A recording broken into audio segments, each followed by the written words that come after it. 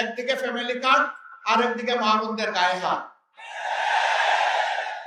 কিন্তু আমার ইজ্জত আর অধিকারের উপর হাত দিলে আমরা ছেড়ে দেব না। একদিকে আমাদের একটি বন্ধু সংগঠন, তারা বলছেন জনগণকে ফ্যামিলি কার্ড দিবেন এবং সেইটা দিবেন মহিলাদের হাতে।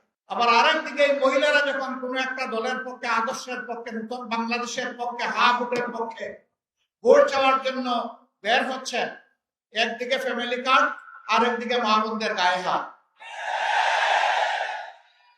দুইটা তো একসাথে চলে না। এ দিয়ে কি বার্তা দেওয়া হচ্ছে জাতিকে?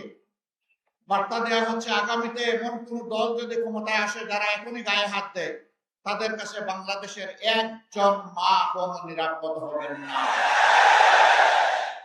আমাদের কোনো মা বোন, আমার কোনো সহকর্মী যদি নির্বাচনে কোনো আচরণ বিধি ভঙ্গ করে, সেটা আপনি যথাযথ কর্তৃপক্ষকে বলুন। তারা প্রয়োজনে আমাদের বিরুদ্ধে ব্যবস্থা গ্রহণ করবে, আমরা সেই ব্যবস্থা মাথা পেতে নেব। কিন্তু আপনি কে হাতে আইন তুলে নেওয়া? আপনি কে আমার মা বোনকে টিজিং করা? আপনি কে আমার মা বোনদেরকে বেশিং করা? আপনি কে তাদের গায়ে হাত দেওয়া?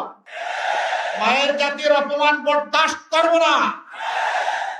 আর যদি এই ধরনের কোন আচরণ করা হয়, আমি জাগ্রত পরিবর্তনকামী যুব সমাজ সহ সকলের প্রতি আহ্বান জানাবো, যেখানে এটা করা হবে সেখানেই প্রতিরোধ করে তুলবে। ছাড় দেবেন না। গায়ে পড়ে পায়ে পাড়া দিয়ে আমরা কারো সাথে কোনো দাঙ্গা বাজাতে চাই না, কিন্তু আমার ইজ্জত আর অধিকারের উপর হাত দিলে আমরা ছেড়ে দেব না।